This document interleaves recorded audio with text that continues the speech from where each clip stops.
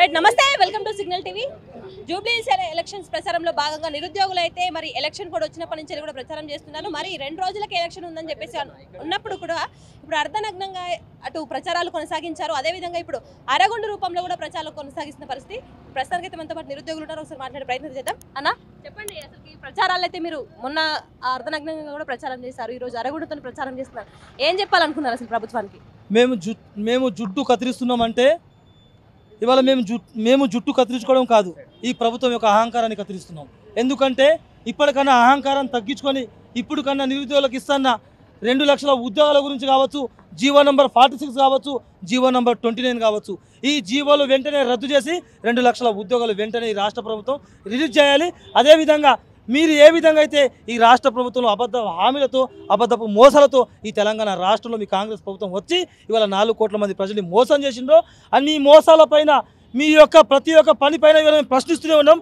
ప్రశ్నించిన వాళ్ళపైన కేసులు పెడతా ఉన్నారు మేము అడిగితే ఉద్యోగాలు ఇవ్వకుండా మమ్మల్ని అనేక రకాల ఇబ్బంది పెడతా ఉన్నారు కాబట్టి ఈ తెలంగాణ రాష్ట్రంలో మేము ఏమి అడుగుతున్నామంటే మాకు డబ్బులు ఇవ్వమని చెప్తలేం మాకు లేకపోతే మా బిజినెస్ ఇవ్వమని చెప్తలేం లేకపోతే మేము వేల కోట్లు అడుగుతలేం కేవలం నిరుద్యోగుల కోసమే ఉద్యోగ నోటిఫికేషన్ ఇవ్వండి నిరుద్యోగ భృతి ఇవ్వండి లేకపోతే మీరు ఏదైతే యువకులకు హామీలు ఇచ్చారో ఏ విధంగా మేనకా గాంధీ యువత డిక్లరేషన్ ఇచ్చిందో ఆ హామీలను నెరవేర్చడం చెప్తా ఉన్నాం తప్ప ఏ ఒక్క హామీ కూడా ఈ రేవంత్ రెడ్డి ప్రభుత్వం నెరవేర్చకుండా మా నిరుద్యోగుల్ని అణచివేస్తూ ప్రతి క్షణం అడుగులో మా నిరుద్యోగుల్ని కంటికి రెప్పలా ఇవాళ అణచివేస్తూనే మమ్మల్ని ఇవాళ రోడ్డు మీద కూడా రానివ్వకుండా అవుతుంది కాబట్టి నోటిఫికేషన్ ఇచ్చేంత వరకు ఈ పోరాటం కొనసాగుతుంటాం అంటే మీరు గతంలో కూడా నోటిఫికేషన్ల కోసం చాలా ధర్నాలు చేశారు ముట్టడిలు చేశారు మరి ఇప్పుడు ఇలాంటి ప్రచారాలు చేస్తున్నారు ఇప్పుడైనా కానీ మీ కోసం ప్రభుత్వానికి వినబడుతుందంటారా మేము ఇప్పుడు ఎందుకు చేస్తున్నామంటే ఇప్పుడు బై ఎలక్షన్ నడుస్తూ ఉంది జూబ్లీస్లో ఎందుకంటే ఇక్కడ ఓడిపోతే మా నిరుద్యోగుల యొక్క దమ్ము మా ధైర్యం ఏ విధంగా ఉంటుందో రాష్ట్ర ప్రభుత్వం తెలుస్తుంది కాబట్టి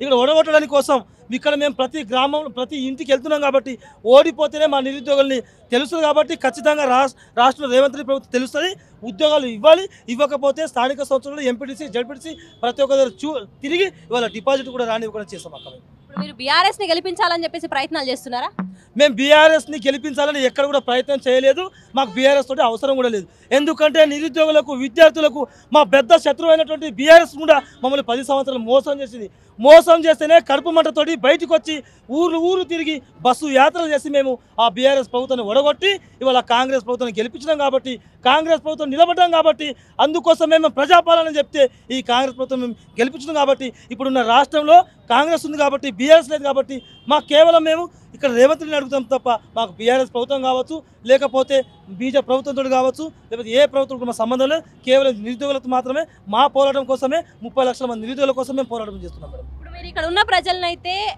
కాంగ్రెస్కి ఓటు వేయొద్దు అని చెప్పేసి చెప్తున్నారు మరి ఎవరికి ఓటు వేయాలని చెప్పేసి సూచిస్తున్నారు మీరు నాకే ఓటు ఏం చెప్తున్నా ఎందుకంటే నేను నిలబడ్డా ఇక్కడ అభ్యర్థిని సీరియల్ నెంబర్ 37 నా గుర్తు హార్మోనియం ఎందుకంటే కాంగ్రెస్ ప్రభుత్వానికి ఓటేస్తే మీ పిల్లల జీవితం ఆగమవుతుంది మీ కొడుకుల జీవితం ఆగమవుతుంది ఇక్కడున్న ప్రజల జీవితాలు కూడా ఆగమవుతాయి ఎందుకంటే 2.5 సంవత్సరాల్లోనే ఇప్పటికీ వేలాది కొద్ది మంది ప్రజలు ఇవాళ రోడ్డు మీదకి వచ్చి వాళ్ళ గూడు కూర్చేసిండ్రు కాబట్టి హైడ్రా పేరు చెప్పి మీ యొక్క ఆస్తును దోచేసుకున్నారు కాబట్టి ఏ ప్రభుత్వానికి ఏ పార్టీకి ఓటేయమని చెప్తలేను నన్నే ఓటేసి గెలిపిమని చెప్తా ఉన్నాను అంటే మీరు చెప్పండి ఇప్పుడు ఒకవేళ ప్రభుత్వం ఇక్కడ ఓడిపోయినా గెలిచినా కానీ నిరుద్యోగులకి ఇస్తారన్న నోటిఫికేషన్లు ఏవైతే ఉన్నాయో అవి వస్తాయని చెప్పేసి అనుకుంటున్నారా ఖచ్చితంగా అండి మేము మా నిరుద్యోగుల తరపున మేము చెప్పదలుచుకున్నది ఒకటే ఈ ప్రభుత్వం గత ప్రభుత్వం మా నిరుద్యోగులను వాడుకొని నిరుద్యోగుల ఓట్లతో గెలిచి మమ్మల్ని మోసం చేస్తున్నారు ఏ ప్రభుత్వం వచ్చినా కూడా కాబట్టి మేము నిరుద్యోగుల తరపున గడపన వెళ్ళి మేము ప్రచారం చేయడం జరుగుతుంది ఉస్మానియా నుండి మన ముద్దు బిడ్డ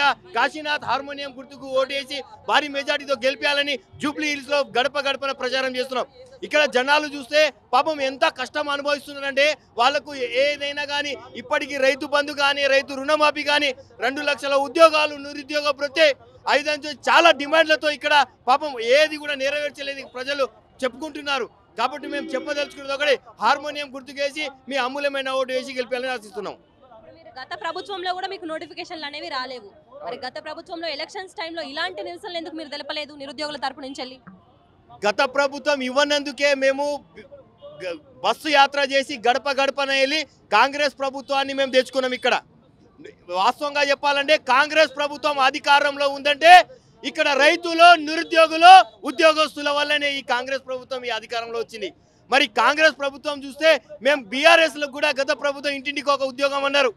ఇవ్వలేనందున మేము గడప గడపన తీరి ఈరోజు కాంగ్రెస్ ప్రభుత్వం తెచ్చుకుంటే కాంగ్రెస్ ప్రభుత్వం కూడా అదే బాటలో నడుస్తుంది. కాబట్టి ఈ అసెంబ్లీ నియోజకవర్గంలో ఖచ్చితంగా గుణపాఠం చెప్పి తీరుతాం. మేము ఈ గుణపాఠం చెప్పి తీరుతేనే కాంగ్రెస్ ప్రభుత్వానికి బుద్ధి వస్తుందని మేము అనుకుంటున్నాం. ఇప్పుడు ఇక్కడ ఓడగొడితే కాంగ్రెస్ పార్టీని మీకు నోటిఫికేషన్స్ వస్తాయని చెప్పేసి మీరు భావిస్తున్నారు? ఖచ్చితంగా అండి. ఎందుకంటే ఈ ఎలక్షన్లో ఖచ్చితంగా ఓడిపోతే స్థానిక జడ్పీటీసీ, ఎంపీటీసీ, సర్పంచ్ ఎలక్షన్లో 100% కాంగ్రెస్ ప్రభుత్వం గెలవదు. కాబట్టి నిరుద్యోగుల సత్తా ఏందో ఇప్పుడు తెలుస్తుంది ఈ నియోజకవర్గంలో. ఈ నియోజకవర్గం ఓడిపోయినా పెద్ద వాళ్ళకి వచ్చేది ఏం లేదు అని చెప్పేసి వాళ్ళ మంత్రులు, వాళ్ళ ముఖ్యమంత్రి చెప్తున్నారు కదా. ఒకటే అండి, మీకు అయ్యేది మీ సీఎం మారరు, మీ కుర్చీలు మారరు. కానీ ప్రభుత్వం రానున్న స్థానిక ఎలక్షన్లో మా ఇక్కడ వచ్చిన రిజల్ట్ని బట్టి అక్కడ రిజల్ట్ చూపిస్తారు ప్రజలు ఖచ్చితంగా. కాబట్టి ఇక్కడ ఓడిస్తాం.